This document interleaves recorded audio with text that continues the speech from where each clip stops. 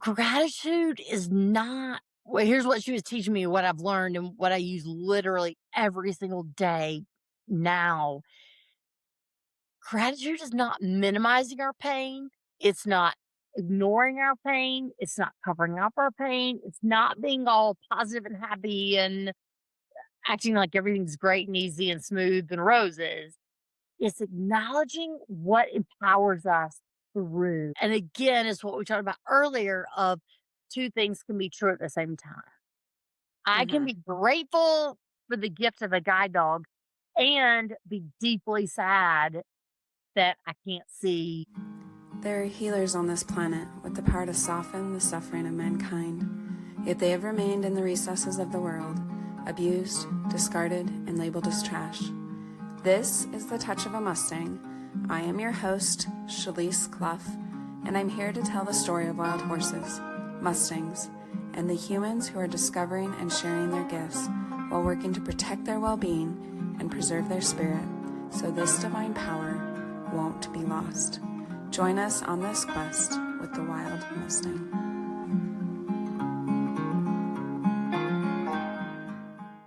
The first 9 years of life were normal. I was that fearless, outgoing child, never met a stranger, not afraid of anything. And then at the age of 9, I was diagnosed with there wasn't a formal diagnosis, but the doctors could tell there was a major problem going on with my eyes, with my retinas. Then fast forward as a teenager, I lost all of my sight. So by the time I graduated from high school, I have what I have now, which is very limited light perception, but absolutely no usable vision. So in those teenage years, I had to adapt and adjust and figure out how to live life now as a person without sight, still in the sighted world. So that's where the journey all started is in those teenage years. Wow. Yeah. So, what was the thing that prompted the doctors to look at your sight? So my parents noticed very, very, very minor changes. As a 9-year-old, I obviously didn't notice, but they noticed just very slight changes like I was holding books closer to my face. Mm, Or in the living room or the den, I was sitting in the chair closest to the TV rather than just anywhere in the den. Again, they were such minor changes. Like I'm not talking about yeah. they weren't major, I'm holding the book up to my face, but just slight changes that they noticed. It's a little different than she was doing a few months ago. Yeah. But they So, they're both probably just thinking maybe you need glasses or something, that I would that was guess. what I was getting ready to say. That you said it perfectly. Yes, that's exactly what they thought. They thought, "Oh, okay, no big deal. We'll just take her, get some cute, pink glasses, and move on with life." Yeah, not at Hmm. all expecting. So they thought it would be a very, very routine appointment, just where I would get glasses, and the biggest issue would be me picking out the glasses Right. and Yeah. the frames, the colors, all that. And the doctor took one look at me and said, we have to get her to a specialist now. And this can't wait. And then that led to me being at Emory in Atlanta and just, a specialist, a pediatric specialist, retina specialist. So yeah, it all started by my parents noticing just slight changes. But again, like you said, assuming very minor, nothing like what happened. Yeah. So, then how did that lead to a diagnosis? So Like, there at what age were wasn't you diagnosed? yeah, so no, there was no it was extremely rare. Even now as a Mm, 41-year-old, I'm still in process of doing blood tests and trying to figure out why did a perfectly healthy person start, the cells, the retina start deteriorating. So mm. that was the hard part. It was completely unknown. All the doctors could say is the cells in your retina are dying. They could not say at what rate or what age I would go blind. But they knew that you probably would not be able Yes, to but they see. assumed 40, 60, way down the road. Oh my goodness. No one was expecting or prepared for a teenager. Yeah. So then you hit your teenage years, which are already challenging Right. on a normal Right. baseline. Right. What was that like? Tell us more about that experience.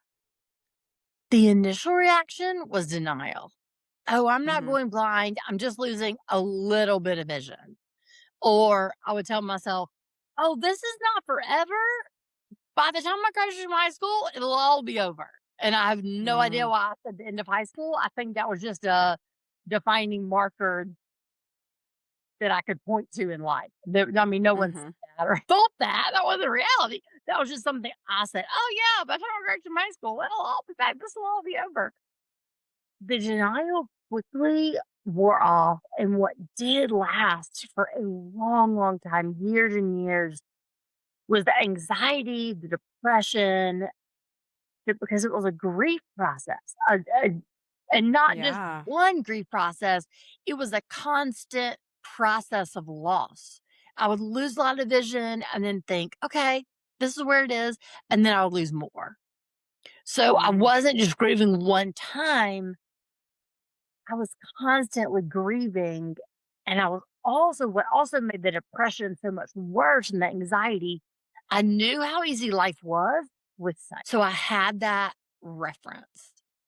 So that just made the emotional response and reaction that much more difficult. And like you said, still a normal teenager, right? Like still the normal hormones and wanting to fit yeah. in and wear the right clothes and be like everyone else. And so you have all that going on top of adjusting to living life without sight. So how did that go through your mind? I imagine you probably had some roller coasters, especially when you didn't really know for sure when you would lose it. And even mentally, it's probably hard to process that this was going to be a lifelong thing. What Yes. was that mental roller coaster like for you, especially as a teenager and even beyond? It was like it manifested physically in lots of panic attacks. And Mm, it also, on a physical level, it was the panic attacks of, "I'm so overwhelmed, I don't know what to do with this." hmm. On the cognitive level, it was, I can't, I can't. I don't have the strength to do this. I can't do this. This is too much. It's too overwhelming." A lot of people instantly assumed my mindset was why, and it absolutely was not why. And when I look back on, oh, why was it not why? Hmm. I honestly, I didn't even have the strength to ask. I truly, I was that anxious. I was that depressed. It was only, I can't do this. I can't, I can't, I can't.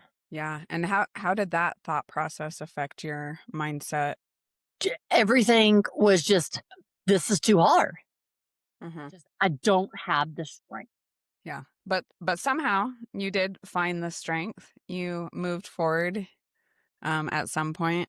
I imagine you accepted it. What was that whole process like from when you're in denial, recognizing this is a lifelong thing, to now where you are using it to help other people? So it was 100% the support around me.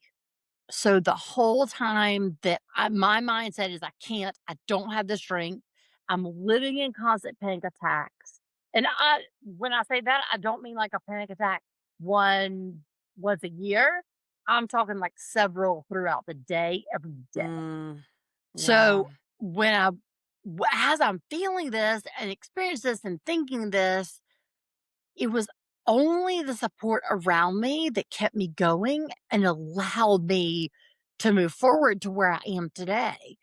And what I mean by that support very practically, because we all just kind of throw that around as a cliche, like, oh, yeah, support around me, depending on this, whatever. But what does that look like? When you're living a panic attack, what does it actually look like in life? For me, one of the ways that it looked like was, again, my parents reminding me, or not reminding me, teaching me, all we have to do is take it day by day. Mm, So the panic attacks were coming from, I was so overwhelmed by the present, but even more hmm. overwhelmed by the future. how I graduate from how I go to college, how I major in anything, all these life Yeah. questions I'm trying to figure out now as a blind person. So clearly, all those unknowns were shutting me down. And my parents would just kind of stop me and remind me, first, you got to get out of bed, get a shower, get breakfast, and get to school on time. Yeah. Right? Like, if we don't, if you don't get the first class on time and pass that class, there's no point in worrying about the future, right? Right. Like graduation's not gonna come. So it was their constant reminder of be in the present. And it's not be in the present like, minimize the pain, the reality, don't pretend like it's going on. Mhm. It's simply focus on having the strength to get through this moment, and then that'll give you the strength to get through 2 months. And Mm. the moment by moment build on each other. Mhm. And so that was one huge source of strength of learning to live on the moment in the moment and take it literally moment by moment, day by day. And that's how I got through high school. Okay, let me focus on getting from 6 in the morning to 10, and then from Mhm. 10 to lunch. And that sounds crazy now to say, but that was very much about mental survival. It's like, okay, I can do this between 9 and 12. Mhm. I don't know how I'll get through the day after 12, but I know I can do 9 to 12. So it was teaching myself to take life in small moments and then build on the strength that I just previously had. And what great wisdom in that for Yeah. anyone who's going through a hard time. Like, that is wisdom for everybody, I think. Like, look at what's right in front of you and do what you can right now. And do Beautiful. what you can. Yeah. Mhm. And realize when you can do that, using that as strength to move forward. Mhm. Right? Regardless, whatever it is that we're going through, doesn't matter how big or small we categorize it. Yeah, just taking it in a moment, taking it in small steps rather than being overwhelmed by the whole entire future. Yeah. And the other major support that I really, really want to share that is not going to sound like support when I instantly say it, but I definitely want to highlight it for others, for us just to become aware of in difficulty. So I have one older brother, and he obviously, he treated me and thought of me. I was not that annoying little sister, right? Right. Would Mhm. you just like leave me alone and be quiet for 5 seconds? Yeah. Yeah. He just continued to treat me normal, like that little sister that would never leave him alone, regardless of what he was doing. Mhm. That was incredible support. Well, let me back up and say, at the time, I thought he was the meanest brother ever created, Yeah. right? Because I was like, you're not blaming me, you're not calling me, you're not feeling sorry for me, like you're just Yeah. mean. But that was the greatest source of support because here's what it taught me. And this is what I want all of us to be aware of. In the midst of trauma, in the midst of adversity, we are still us. We still Mhm. have gifts and purpose and meaning in this world. And when we're going through trauma and difficulty, it's so easy to be absorbed by that. We think we're less than. We think Mhm. we don't matter. We think we're not enough. Like, oh, my gifts aren't good enough anymore. Everyone else's Yeah. gifts or what they can contribute is better, is more valuable. So if he had babied me and cuddled me and felt sorry for me, that's what I would have believed. The Mhm. world caters to me. I don't have a place in this world to receive and to give. It's just all about me being victim. Everyone feels sorry for me for the rest of my life. Yeah. But he treating me like he always did taught me, oh, I'm still me. He believes Mhm. in me. He still Yeah. thinks, like, even though then I Yeah. thought it was a mean way to believe in someone, but he still sees that value in gifts, the gift of the world. So, again, that's what I really want to highlight. In addition to that, taking it moment by moment for us all to realize Yes, the trauma is so difficult and it is absolute survival mode. And once we get through that survival, to remember and know we're us. We still have gifts, we still have purpose, and that's enough to give to this world. The world still needs what we have to give. What a great shout out to siblings. Do you think part of that was he didn't really think you were fragile? Like, probably maybe your parents were really worried about you. I'm sure they were. That would be hard to watch as a parent. You know, doctors, or you're going in and they're concerned about it. Did that kind of help you see like you're not as fragile as maybe you were treated in other areas? 100%, 100%. And yes, thank you for saying that because I definitely want to say more on that. The fragile came within myself. Mm, The fragile, because my parents guided him to treat me like this. Like they made it mhm. very clear to him, don't do her chores for her. Oh, yeah, You know, like, nice. your chores are your chores, her chores are her chores, and don't you dare, Yeah. like, do her chores for her. They were guiding him on how to treat me. Because yes, of course, as you 100% said, it was so painful, and it would have been easier for them to feel sorry for me and baby me, and it just would have been easier in the moment, right? But Yeah. they knew in the long run what I needed was not to be treated fragile, like I was getting ready to, just fall and crumble in a million pieces, right? Mhm. Because Yeah. here's the thing, I thought I was fragile. I thought I was getting ready to break mentally into shatter into 1,000 pieces. What they saw in me was potential. They knew that I had the strength once I tapped into it with support that I was going to be absolutely fine. Mm, So they were modeling through me, through my brother's behavior. You're not going to shatter. yeah. When you tap into your strength, you're going to be okay. So brilliant. Thank you, thank you, thank you for saying that and bringing that out because again, that's another point I want to make really strong. And I'm saying all this in real time, not something I'm like thought out because you just brought it up. Mhm. The fragile was in what I thought my capabilities were. Yeah. They Uh, saw beyond the moment. mhm. So, yes, absolutely. In the midst of trauma, in the midst of adversity, we feel and we are fragile. And that's Mhm. the gift of support. You're saying perfectly what I'm rambling and saying. We need that No, support it's great. to Yeah. hold us and give us strength when we feel so fragile, like we're getting ready to shatter in 1,000 pieces. Yeah. Do you think that feeling that you had, of that fragility, or maybe, and I don't, you haven't said you said this, but this is what I say, like, woe is me.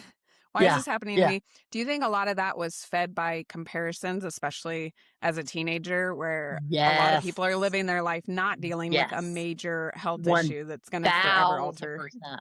One that Mhm. that was my yes, 1,000%. Yes. Because again, as a teenager, I'm looking around and like, well, they're getting their driver's license. They're getting their first job. It's like a Oh, yeah. waitress, or like, oh, obviously I have a job, but there's so many jobs I couldn't do. So of course I was focused Yeah. on the jobs I couldn't do. Like, well, you know, their life looks pretty easy and smooth. Well, what? Just kind of asking that Mhm. question within my mind. So yes, you said it perfectly. How were you able to shift away from that? I imagine once you were able to see you're strong, you're capable, even with this, especially with this major struggle that you're facing, how were you able to change that around to change your mindset to where no longer are you focused on being a victim or feeling fragile or not enough compared to other people, to shift that to like, yeah, I have a lot to give also? It very much circles back to what I was saying earlier about living in the moment. Each moment built on itself. So again, what I mean by that in this context is, okay, I got through today and look at the friend I was. Look, then I started recognizing my strengths. Oh wow, look, Mm, I passed that test. I thought I was gonna totally fail. once I could realize in small ways the way I was being strong, the way I was moving forward, the way I was contributing, then each of those small moments built on themselves. So there Mm. wasn't like a magical billboard moment of like light bulb, fireworks, like I'm choosing to Yeah. move forward for now and forever, like this is easy. It was all those small moments that added up. Mhm. Does that make sense? It wasn't Yeah. like a major event. It was realizing, oh wow, go me. Today I only 2 panic attacks instead of 4. Okay, Mhm. I can do this. Oh my gosh, I only have 1 panic attack. So it's Yeah. like those small that's what I mean about the small moments built on each other. Yeah.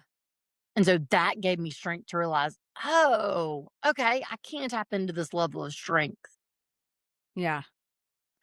Do you feel like that's something that ever comes up anymore now, decades Absolutely. later? Yeah, Yeah. I'm so glad you said that. Yes, Good, you're human because like the rest of us. I'm human like the rest of us, and it's ongoing. Like, I didn't Yeah. magically get my sight back. I'm still a Right. Yeah. person without sight in a sighted world. Yes, I'm in my 40s. Yes, I'm well adjusted. Yes, I'm not in the immediate trauma, but it's still really, really hard living every Yeah. day in this visual world without sight. Here's the difference. The difference is now I can quickly acknowledge it and I Mhm. have the resources to acknowledge it and to move forward. Where in those Yeah. teenage years, it was like it will swallow me and I would drown in panic attack for days and weeks and months. Now it's like I can quickly recognize it and then use the resource of grit and use the resource of gratitude to move forward. So I'm not just stuck there for days and weeks. So yeah, thank you for making that point because I don't all want to paint a picture of like, ta-da, end of story, all good, because like you said, Right. we're human. Life, life still happens even outside of being blind, right? Absolutely, So yeah. so using those resources in every area of life is greatly beneficial. Yeah, and what a great example of how important our focus is, what we choose to hone in on, whether it's, all the things we can't do or wish we had or wish were different versus, focusing on those little wins or the big wins. Right, right, and they both matter. The little wins. I'm so glad you said that. The little wins and the big wins. It Yeah. all it all gives us strength. Yeah. So, high school, you're essentially losing your sight. What happens after high school? So after high school, then I went to college at Arizona State. And very specifically, everyone asked me, why did a girl from the Southeast, how Uh-huh. did she end up at Arizona State? And it's all because of their resources. Since they are one of the Mm, largest universities, they have a system that is integrated into the whole university. So it wasn't like, I went to like a separate school with an ASU. They just had the resources for people who are blind. So I chose them because remember, I'm just literally losing my going blind. Then I didn't know what resources I needed. I didn't know what resources were yeah. out there. I didn't know what resources available. So I couldn't go to a place yet and advocate for myself because I didn't know how to advocate, right? Like what was Mhm. out there. Yeah. So going to ASU was so healing because they could teach me the resources that I needed. And Mhm. also, it was deeply healing to be in an environment where I wasn't the only blind person. I wasn't the Mm, only person with a disability.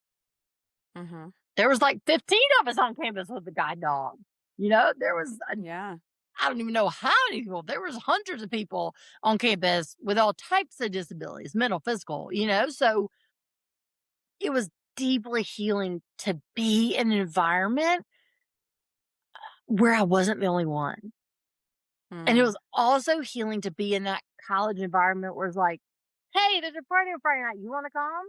Like, oh my yeah. God, they just asked me about losing my vision a year ago. Oh, yeah. Uh-huh. It was just deeply healing to be normalized. Was that scary to go from fairly newly living in this new world without sight and also living independently? Yes and no. Yes, clearly that's terrifying because it's new, right? It's something new that you gotta Mhm. learn. But it was energizing because of what you said earlier. It was teaching me, oh, yeah, I'm not that fragile. Like, oh, okay, Yeah. with accommodations, I can live in a dorm room, with a guide dog and so it gave me hope.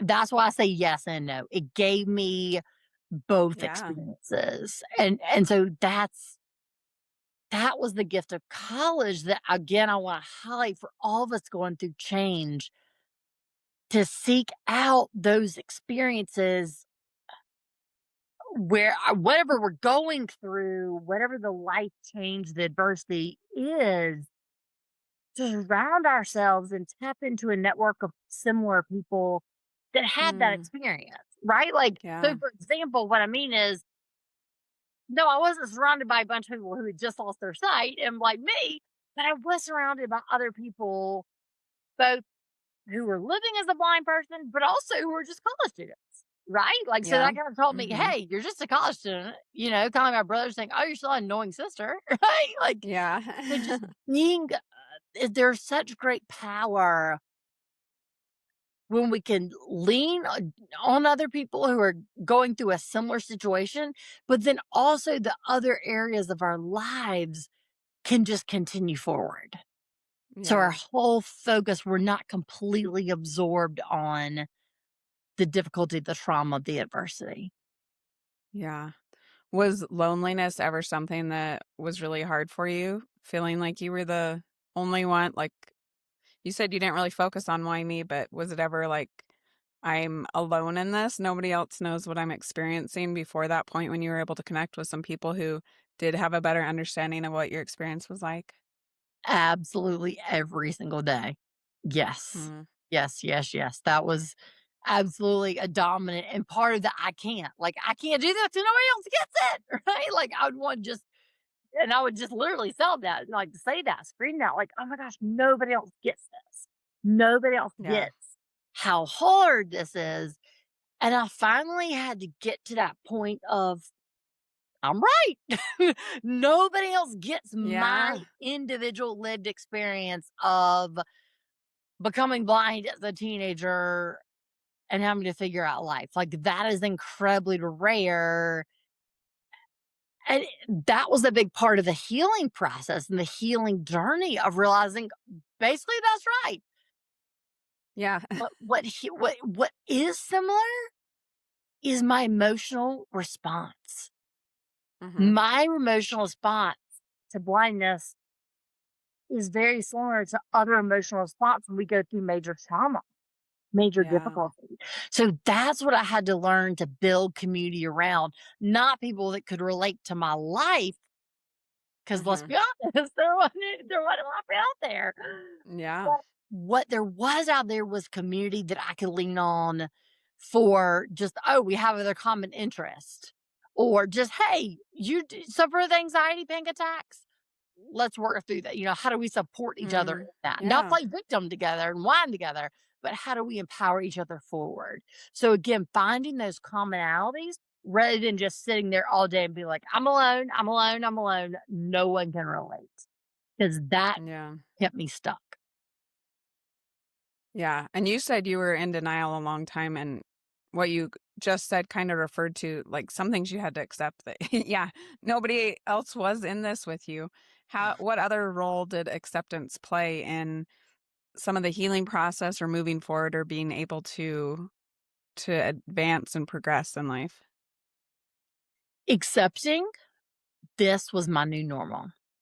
Hmm. What I would do so often, and I didn't even realize I was doing it, was in every conversation, I would somehow weave into the conversation, "When I was sighted, blah, blah, blah." Mm. Hmm. It's like I felt better if I could say, "But I used to be like you. I used to have 20/20." Mm. I felt Hmm. like that made me worthy. Mhm. If I could then say, but I used to be like you, Yeah. rather than just accepting, this is who I am now. Once I could get to that point of this is who I am now, that was a huge accepted piece. And I want to make it very, very clear. It's not saying this is who I am now. And so my pain doesn't matter, or my pain's Mhm. not real, or the Right. pains of the past. Why did I feel, why was that so hard? It's not minimizing my present or the past. It's doing both. It's acknowledging the pain and the difficulty while also accepting, and this is my new normal. How did that change once you did take that to be your new normal? Was it easier to start figuring out how to live in this new world essentially? Absolutely. And it helped me rebuild my confidence because Mhm. I wasn't constantly focused on when I did have thoughts, like Yeah. focusing on the past. It allowed me to say, okay, this is where I am now. Let me just focus on who I am now. It gave me more mental energy. Yeah. It gave me more energy to just once I could accept this is who I am now, and that's okay. That's not Yeah. a wrong or a weakness or a less than. It is what it is. So, Mhm. again, both could be true because again, there was that part of me that felt like, well, if I accept this is my new normal, that's going to take away the pain of how hard it is to live life without sight. Yeah. So I had to get to that place of realizing two things can be true at one time. Mm. It can be really, really hard and take a lot of incredible emotional strength to navigate through this world without sight. And I can accept both can be true. And I love what you said about how you kind of said, this is the reality and that's okay. I think a lot of times we fight against that. Like, it's not okay. I don't want it to be this way. And that's why and I'd love to hear your thoughts, why I fought against it because I thought that was taking away my pain.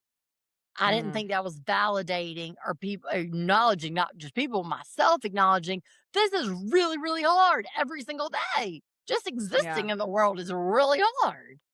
Hmm. I thought saying accepting myself was saying your pain is not Yeah. once I Right. realized this is okay is both. It's like, oh, okay, I can do that. I don't have to resist.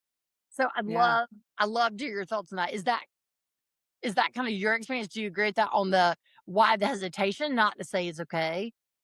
Or do you have a different understanding? Yeah, no, I mean, I think we cause ourselves a lot of mental turmoil thinking that life is supposed to be different than what it is, and thinking that we're supposed to be different than it is. Even like you said, not or worrying that if we accept this, then we are taking away the difficulty and the Right. hardship of it.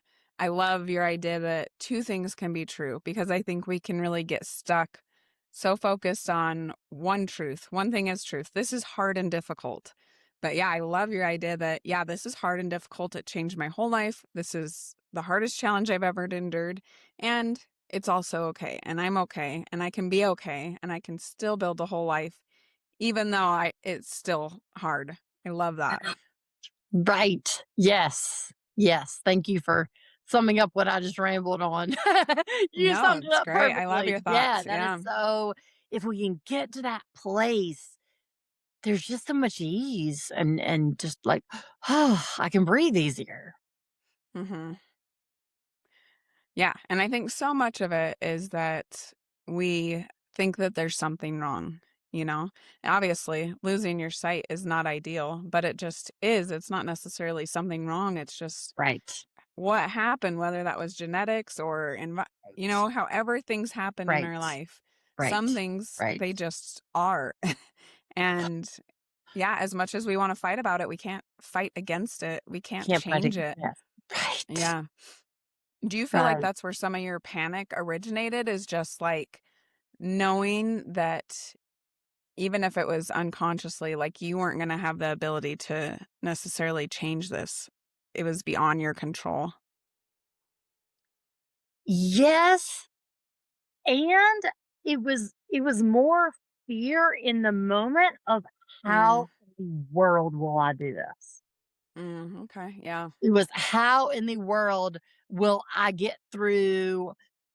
I don't even now I don't remember, like, the calculus or whatever the Oh, algebra was. yeah. How I get through calculus while I'm learning Braille and pass the class. So maybe That was even just some of the in the that was scheme of life, smaller things. right. So it was just the deep fear of how in the world is this how's this gonna happen? Was there a point at which you were able to move past your body reacting in that way with the panic attacks? And what changes led to that? So, yes, 100% I was able to move through the panic attacks by what I've described of learning to live in the moment and also learning to reflect back and say, I'm so proud of myself that I got through the first 3 hours of the day and had a panic attack. Maybe I can get the next 3 hours of the day. So, Mhm. building on that pass. And when I say pass, I mean like the past 30 seconds, the past three Yeah, hours yesterday. I don't yeah. mean past like years ago, just past like very recent. I got through lunch day without a panic attack. So again, Mm, just remind myself what I did have the strength to do. mhm. That definitely, that's where my panic attack decreased. And then also just resources implementing, exercise and eating well. I mean, I Mm, can't even tell you how much my anxiety decreased once I cut out a lot of processed sugar. wow. I mean, my panic attacks drastically decreased. Mhm. Just exercising and just that movement and that normal routine helped so much. So that holistic approach. Yeah, it's so interesting, and the really hard thing is sometimes that can be so hard. It's so easy to lean into all the unhealthy stuff when you're feeling down on yourself, like, "Well, Right! I get Oh off the my couch. gosh, I'm just I gonna grabbed sit the here and" M&Ms, right? Like, Mhm. the M&Ms and Reese's Cups and Oreos, like, that was my Yeah, thing. So, yeah, yeah, you're so right, it's so easy to lean into those, and then that just compounds it even worse, right? yeah. Right. Yeah, I'm glad you said that because truly, I would come home from school and grab a bag of Oreos and a Coke and Yeah. I think I think we've all been there where we're like, "I'm just gonna eat away my problems for a minute." yeah, and that truly makes you feel so much physically worse. So it just Yeah. they all compound together, mentally, physical, right? So college was pretty good. You learned a lot, found out that there is a world that is easier for you with all the resources and things. What happened after college? So I majored in psychology, and my plan was to go on to grad school, focusing on because like psychology, get a master's in that. But then towards the end of junior year into my senior year, I realized yes, this psychology is important, and from my personal experience, I'm not just healing on the mind level. Go to a therapist, sit on a couch, and have 45 minutes Mhm. session is what we just talked about. It's a physical reaction to how I'm treating my body, when I'm feeding my body, how I'm sleeping. It's a mind body spirit connection is how I heal. So rather Mm. than going to grad school just in psychology, that's when I chose to go to Princeton and focus on a master's of theology to Mm. academically study theology to be able to put those pieces together of the mental, the physical, the spiritual. So those 3 years, that was my focus on how do we, as we go through trauma, as we go through adversity, how do we heal on that mind, body, spirit connection holistically? How does all the piece basically how all the pieces come together? Not Yeah, just exactly. focusing on the psychology or thought process. Right. What are some things you found in that pursuit and even since then? Again, that holistic approach of loving ourselves in mind, body, spirit. So it's not just like back in those high school days when I was saying, I can't, is not just telling myself, yes, you can. Yes, you can. Let me do affirmations. It's that plus everything else I do. Getting to Yeah. exercise, spending time outside, spending time, in the sunlight, is the exercising, the healthy eating, the sleep patterns, the mindfulness, that spiritual connection, however we define that. It's all of it coming together. It's not just one or the other. It's not just the exercise, or it's not just focusing on a spiritual higher power. It's not just one of those resources, it's how they all balance and connect together. That's that was the gift that I duly learned there, and have continued to realize in my own life and realize in so many other people's lives that I work with. Is that balance of the connection. Yeah. Were there any specific things that you found that became really helpful and essential part of your routine in your life to maintain that balance between the different areas that we all need help in? Yeah, so two different things I'll say them both, and then I'd love to talk more deeper on what I mean. So, Okay. the practice of mindfulness was Mm-hmm. absolutely huge, and then gratitude. Okay. So, as far as mindfulness, one of the courses I took in grad school was a class on mindfulness. And again, this goes back to that kind of mindset, what we were talking about earlier when you were saying that, like, the loneliness and, no one can relate. My thought was, mindfulness? Are you serious? Like, my problem is way bigger. Yeah. There is no way this can help me or reduce my anxiety. Like, you've got to be kidding me. I was so resistant to it. Mm-hmm. Once I got into it and practiced it and learned what it was so deeply transformative because it taught me that our thoughts are not absolute facts, that is our reality for Mm, now and forever. yeah. So let me give you a very practical example. When I'm having a panic attack, my mindset was, oh my gosh, I'm in panic attack. Oh my gosh, this panic attack is the last ever. Oh my gosh, what am I doing all of the rest of my life in panic attacks? Right. And then Yeah. all the anxious thoughts that feed that come from that. Mm-hmm. Mindfulness taught me to realize and notice, okay, I'm having a panic attack. It is what it is. What are the resources? And now what can I do about a panic attack? Oh, yeah. So it taught me, rather than deep judgment of every single thought, observe the thoughts. Yeah. And just, it sounds like make a very logical approach to Yes, kind of try right. and Yes, eliminate some of the rumination and emotions. yes. Rather than jumping into every thought and what you said, ruminating on it, right? Just Mm-hmm. observe it. I'm having a panic attack. No, it's my choice. What am I going to do with it? Right? What am I going to do about it? So, yes, mindfulness then and now every day, and I teach it to people I work with, observing our thoughts rather than judging and be critical and assuming every Mm, thought is absolutely fact and going to. I'm feeling depressed. I'm going to be depressed for now and forever. I can't ever get out of depression.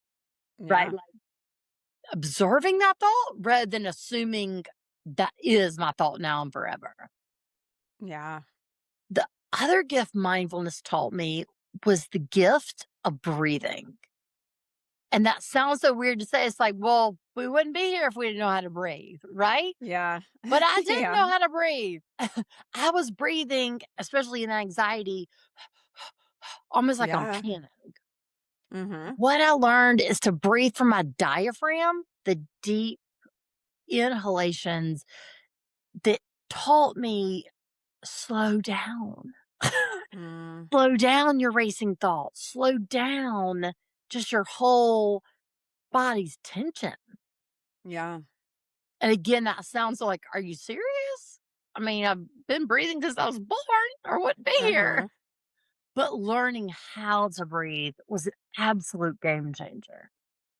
Yeah, and it So really is incredible the way it can change even your physiology. It changes the rate of yeah, your heartbeat if you're able the to heart step into those thanks. deep breaths, and then Yeah, that changes the way you're feeling, and that changes yes. what you're thinking. So I love that. Such a great tip. Like, breathe. The We all do breathe, it, but right, yeah, take a minute and think about it and do it deeper. And and do yeah, it. And it for is incredible. anyone listening, like, if you're like me and like, "Oh my gosh," like, rolling your eyes, like, "Oh my gosh, breathing's never gonna help my situation." Be stubborn like I was, and I was like, "Okay, I'm gonna be stubborn, I'm gonna try this to prove it doesn't work, right? Prove me wrong." Yeah. Just try to prove yourself wrong to see it actually does work. It doesn't seem like it's big enough or that it isn't powerful enough, Hmm. but it absolutely is. Yeah, and a really cool, incredible tool that we all have such easy access to if we can remember to do it and take advantage of it. And that's the gift. We have access to it, right? Regardless of Yeah, where we are, if we're in a crowded airport or if we're alone in our bedroom, like it right. doesn't matter what Mhm. situation, we have access. So, yes, I cannot say, I can talk for hours about mindfulness, how good it is, and just how beneficial it's been to me then, and how I've continued to use it as a daily practice to keep me grounded, to keep me in the present. And equal to that is the gift of gratitude. Mhm. Gratitude has been the if I had to name one, if you force me, like, okay, you talked about all these different resources, but name one that's been the most beneficial, it has absolutely been gratitude. Mhm. And I would love to share how gratitude started for me because it started the same way mindfulness did. I want to make it very Yeah, clear. I never woke up one day and was like, oh, being a teenager and going blind is great. right. I am so This is just what I grateful. wanted in life. Yeah, this is just what Yeah. I wanted. Everybody needs to try this, right? Like, I didn't instantly wake up one day and say, gee, world, I'm so thankful. So I don't want to paint that picture. I don't want anyone to walk away thinking, Yeah. oh, she's weird. Yeah. She's grateful she went blind. It all started by a mentor at the end of high school. She literally said to me, Laura, I want you to start developing a mindset of gratitude. Mhm. And every day I want you to think about three things that you're grateful for and make them specifically from that day. Mm. And being in the South, I did the respectful thing of nodding, smiling, and saying thank you. But in my Mhm. head, I'm thinking, are you serious? Yeah. Do you Absolutely know what I'm not. going through right now? Come Exactly. on. Literally, I thought that in my head, like, do you not know what I'm going through? Like, in Yeah. case you forgot, I'm going blind, right? Right. Like, I have nothing to break for. So again, just like the mindfulness, it was out of stubbornness that I tried it just to prove her wrong. I'm gonna tell her I came up with nothing because there's nothing to be Yeah. grateful for in the blindness, right? Yeah. What I slowly realized was she was not teaching me to be grateful for the blindness. Right. She was teaching me gratitude that was focused on what helps us navigate, what are we appreciative for that helps us through life. Mhm. So, for example, a very practical example, she was not teaching me to wake up and say, or at the end of the day, say, oh, I'm so grateful for this blindness. She was teaching me at the end of the day to say, I'm so grateful for this guide dog that helped me navigate the world. Mm. So gratitude is not well, here's what she was teaching me, what I've learned and what I use literally every single day now. Gratitude is not minimizing our pain. It's not ignoring our pain. It's not covering up our pain. It's not being all positive and happy and acting like everything's great and easy and smooth and roses. It's acknowledging what empowers us through our life. Mm. So again, it looks like me saying, I'm grateful to have that brother that didn't call me a baby and taught Yeah. me that I'm still me. I'm grateful for those parents that taught me to live in the moment and be in the present. I'm grateful that I was able to tap into that strength and not just shatter emotionally into 10,000 pieces. Mhm. So it's a total reframe on what gratitude is. And again, it's what we talked about earlier of two things can be true at the same time. I can Mhm. be grateful for the gift of a guide dog and be deeply sad that I can't see whatever it is that day I'm sad, I can't see. So again, it's not gratitude to minimize the pain or to cover up the reality, is to say, here's what I appreciate that is getting me through. Mhm. Like Have you people laugh at this, and I laugh at myself. I'm deeply grateful when I say it right now. I'm deeply grateful for Alexa and for Siri. Oh, Like, yeah. that helps me get through every day. I talk to Alexa and Siri more than I talk to my husband and my family, like anybody, Yeah. my friend, my best friends, whatever. I'm so and normally you just think, oh, whatever, Siri's on my iPhone, right? Like, Mhm. Alexa just is what it is. It's We don't convenient, but not necessary. Yeah, Mhm. yeah. But for me, I'm deeply grateful. Just this morning, literally real time example. I'm not like making this up, real time example. I use Alexa to adjust the thermostat this morning. Oh, nice. Yeah. I'm deeply grateful I didn't have to depend on someone else to do it for me. I just picked up my iPhone and did it. Yeah. So that's what I mean by gratitude, that reframe of being appreciative and aware of what we have that helps us navigate through all of life. Do you feel like I know some people who have had really hard things happen to them will kind of look back and say, that's how I would have chosen my life to go now because of all the lessons it taught me, or that kind of idea. Have you come to feel that way with your sight, or is it something that you're like, if I could change it, I would still absolutely change it? Because I mean, I lean a little that way where I'm like, I would have loved things to be different. I'm just curious, how has that been for you? Absolutely. If I could change it tomorrow, if I could snap my fingers and have 2020, I absolutely would. The Yeah. difficulty when you drop something on the kitchen floor and it rolls under the refrigerator, Oh, yeah. all the mental lessons in the world, all the spiritual lessons Yeah. will help you find that blueberry you're getting ready to step on. Oh, right. Yeah. And then it gets Yeah. on your shoes, and then you got blue marks all across your kitchen. Like, no, the very practical ways of life. I s- to be able the gift to be able to see that, I would change Mhm. it instantly if I could. Yeah. I mean, the again, it is so difficult. This world is so visual. Mhm. To be able to see, absolutely, I would change it if I could. Yeah. And I think even that is so courageous to just realize life is less than ideal. It's still not what I would choose despite what it's taught me, and still I'm moving forward in the best way possible.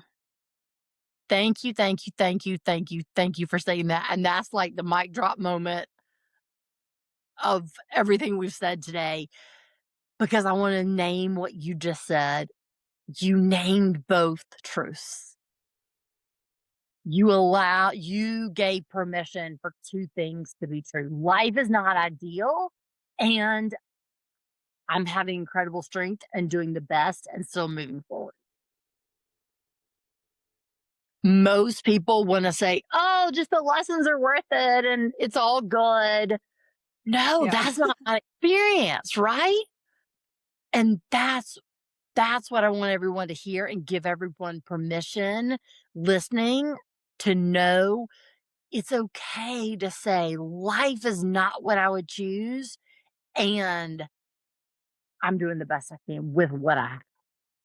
I agree. I think that's a really powerful mindset to carry. It eliminates some of that fighting that we're like, no, Yes. I should just be so happy that everything else is good and not care that I Yeah, can't oh my see gosh, anymore. if I had a penny for every time someone said that to me, just be happy for the things you do have. It's just like, Yeah. "Oh my gosh, this whole world could have retired." if Right. I Yeah. if You're I like, had well, to I pay am, but that doesn't mean I still don't have my sight. exact that's what I say is Yeah. I am deeply grateful. Yeah, I still can't see. Like that's you Yeah. try like you put on your glasses when you get to the bathroom at night. You turn on the light. Yeah. You know, so like when people keep it real, that's the real truth. I mean, that for me, that's the reality of exactly what you said. It's not ideal. I wouldn't wish it on anyone.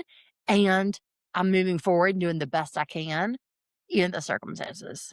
Yeah. You've talked a little bit about your guide dogs and the other resources you have. How did those things help your life improve? We could talk for 12 million days, hours about the gift of a guide dog. Mm. I can't even accurately put into words the incredible gift. So much so, my book is called Harnessing Courage. And the reason it's Mm. called Harnessing Courage is because the harness is what the leather strap that goes around the dog. And then the Mm-hmm. handle of the harness, I, as the blind person, hold. And then that's how the dog guides me forward. So I have deep respect. I've had two guide dogs. I have deep, deep respect for them. That's the only reason I named it Harnessing Courage, because it took courage for them to guide me forward. It took Yeah. courage for a little 60-pound black lab, right?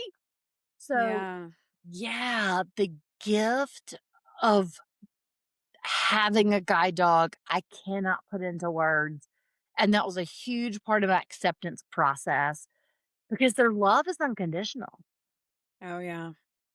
They didn't care if I could see, not could see, could see Oh, 5 years yeah. ago, Not at you all. know, like, they're just like, Whatever. "Are my kibbles in my Doesn't bowl matter to twice a me. day, Yeah. lady?" "Do you Absolutely. do you have fresh water? Is that bowl Yeah. full of fresh water? And do you have Nalabones for me?" You know, like, just the unconditional love, I can't put into words. Like, that my first guide dog, she believed in me to move forward and to feed her kibbles and all that. When I Uh-huh. still was like, "Yeah, I think I can do this, but I'm not sure." It was kinda like it was like a seesaw, you know? Yeah. Like, it was like the "I think I can" train, right? Like, and Right. you just instilled in me, "Yes, you can, because we'll do this together." Mm. So, I mean, truly, I could tell you story after story after story of just the impact, the gift of each of their presence was unbelievable. Just yeah, just that emotional healing. I had no idea. I mean, I grew up with dogs, but Uh-huh. just animals, but I had no idea the support she would give me emotionally. I was thinking just Mm. on the physical guide dog level. Right. I wasn't at all thinking on the deep emotional, spiritual level. Are there any particular instances you especially remember about times that your dogs helped you, obviously physically, but also in that emotional space? So in the specifically in the emotional states, I will never ever forget. So my first guide dog, she was so deeply in tune to my emotions. And Uh-huh. when I would be sobbing or just be upset, she would always just come and sit at my feet. Mm. Mhm. And it wasn't this I'm as I'm saying this, I'm like, oh yeah, that's right. It wasn't like, okay, I'm here to fix it. Right? Yeah. Like, it was she literally would just curl up in a little tiny ball and lay at my feet. Or, if I was sitting or standing or else, Yeah. wherever I was, she would just like and she wasn't like trying to like get my attention or like, hey, play with me or, like distract Yeah. me. Hey, it's food time, remember? You know? But it was Yeah. just very much just like, I'm here. Just there with you in your Yeah, struggle. I'm just there waiting the pain. Mhm. And that was such a powerful lesson that I write about in the book because it was just that support in the pain. She just sat with me in the pain. Again, like I said, she wasn't trying to distract me or minimize me or where's my Alabama? I can't find it. She just literally would curl up in a ball and just lay at my feet, just sit at my feet. And it was just that constant support that was like, okay, all right, I can do this. Yeah. And then the other half of your book is courage. What role has courage played in this whole experience? So I want to quickly say what I thought courage was, and then that'll Mhm. make clear how I define it now, why I wrote so much about it in the book.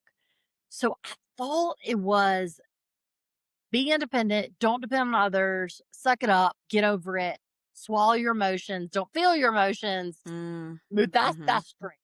That's courage. Just power through it. You power through. Yeah, yeah.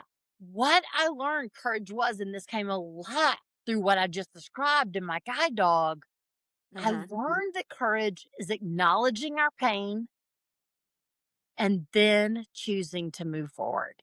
Mm.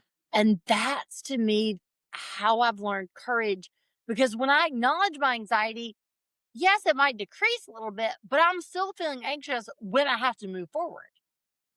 Yeah.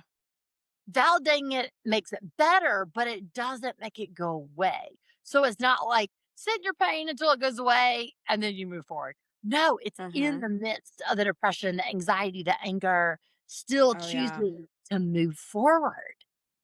That's deep courage because it doesn't feel good, right? Like it Yeah, doesn't it's not feel, easy. yeah, it's not easy, right? Like you don't have that kumbaya moment and then you move forward. Right. Yeah, I So love that. that's why I say validating emotions, and for me, that's a complete game changer. Because, like you said, it was power through. Mhm. That's courage. So it took a long time to learn my Yeah. current way of courage. I really love that definition too, because I think when we're in the midst of those really dark times, it is when we feel the weakest and the most pathetic sometimes. I Mhm. should be better than this. I should just be able to Yeah, get over it or whatnot. right? Right? But the idea of like that's the time when you keep going, I feel like is such a powerful concept. Like it's easy to keep going when it's easy, when things are Right. smooth sailing, like when you have no opposition. I mean, that's when it's easy. It's when you are Yes. just hammered down and in the trenches and you choose to take one more step in the right direction. That's when, like you said, it is so commendable. That's when people are really demonstrating their courage is, yeah, it's terrible right now. And you know that, and you know that you're trudging through mud and you keep going anyway. Yes. Right. Right. Yeah, that's Perfectly said. beautiful. Yeah. I love that. Talk a little bit about grit. You kind of mentioned that was a source of strength for you. That can sometimes be seen as powering through, right? You just suck it up and do it. But what role Yeah. did that Just play for you? get over it. Yeah. Exactly Mm-hmm. how I define courage is how I define grit is not that power through. And what I'd love to talk about the grit that was so difficult for me to learn, took such a long time. I thought grit was meant doing it all on my own and never Mm-hmm. asking for help, Mm, never depending on others in a healthy, interdependent way. mm-hmm. What I've learned grit is when I need help, it's actually a strength to say, this is what I need and this is how I need help. Can you help me? Yeah. That is really, really gritty. It takes up that combines the grit and the courage to be Yeah, able that to does say, take a lot of courage. this is what I need and this is why. Mm-hmm. That and I learned again, I'll give you a prime example of how I learned this. So when ASU, as I said, was so healing because I was surrounded by other people who were blind, who didn't care if I was sighted or blind. Mm-hmm. Princeton, I was the first blind person to go to the Master's of Divinity program. Oh, wow. The gift in that was it gave me the opportunity to learn grit from the advocacy, to Mm, be an advocate for myself. mm-hmm. So it taught me I had to know my needs, I had to clearly communicate my needs, and then I had to depend on others to meet those needs. Mm. That takes a lot of grit. Yeah, I think that depending on others can be a really hard piece of life. Feel great if we could just take care of ourselves and do it all on our own. And that's kind of not how humanity works very well. Right. But we wanted to, right? And that Mhm. look, we think that's like a pillar of strength, Yeah. right? So, yeah, that 3 years gave me a really good lived example of you have to learn, you have to know what you need first and then have the courage, have the grit to ask for it. That that's really hard. Yeah. Because again, Yeah, we want to I be seen agree. as I'm doing this all on my own. What advice do you have for people who are going through life changes, especially hard life altering changes? What would you tell people who are in kind of those dark places where they're realizing life's not going to be what they thought it would be, or it's not going to be the same as they expected? My very first advice is acknowledge the difficulty of the change of the adversity. And the reason I say that is because in high school, I want to jump from, okay, I'm currently losing my sight to how will the rest of my life work out? How will I live when I'm Mhm. 60? Right. And so many people I work with, they all come to me and say, this is my change. How do I get that new job? Right? Like, Yeah. how do I get through this, death of a child? How, how do I get from A to Z Mhm. without going through the other 24 letters of the alphabet? Yeah. Because again, we want to jump to the end, which is great, but we miss acknowledging the pain. Mm. For me, healing started, and for those I work with, the healing journey starts when we validate, acknowledge the pain. This is really, really, really hard. Again, in high school, I was comparing myself to all my friends that were sighted. So of course Yeah. I was getting panicky. They're not going through life without sight, sister. Yeah. Once I realized that, oh, you're comparing something that doesn't even come close to the same thing. Mhm. So the first advice is validate what you're going. Yeah. My second advice, and this is really, really hard, let someone in your support system be the strength for you. And that is not a weakness. So to know depending on others in the time of crisis, in that survival timeline, that time of you're trying to figure out how will I live through this, that's Mhm. not a weakness to depend on others. Yeah. And that support might look like it doesn't have to be a whole tribe of a million people. That might look like your animal, your pet, that Yeah. random, uh, you know, owl that, that visits in your backyard once a week. Yeah, It might absolutely, look yeah. like the gift of a waterfall. It might look like the ocean, music, art. Uh, I don't want to paint the picture of like it's got to be this perfect. You have to have 10 people in your support group. Yeah. It's You have to not have a like a perfect companion that's there yeah, for you, doing exactly, it whatever they exactly. need in exactly the right way. Exactly. Yeah. It's just depend on what is that resource for you. Is it Mhm. artwork? Is it music? Is it nature? Is it animals? Is it other humans? Is it the laughter of children? Yeah. Depend on something outside of yourself to be that support. Mm. Yeah. I love that because that's something everybody can access, right? They're one of Yes, those things in some way you could yes, find a way to yes, access those yes. things, even if you maybe don't have a close person in your life. Right, right. You could find that in volunteering with children or Exactly, volunteering with animals or your pet that you exactly, have. Yeah, I love that. exactly. 1000%.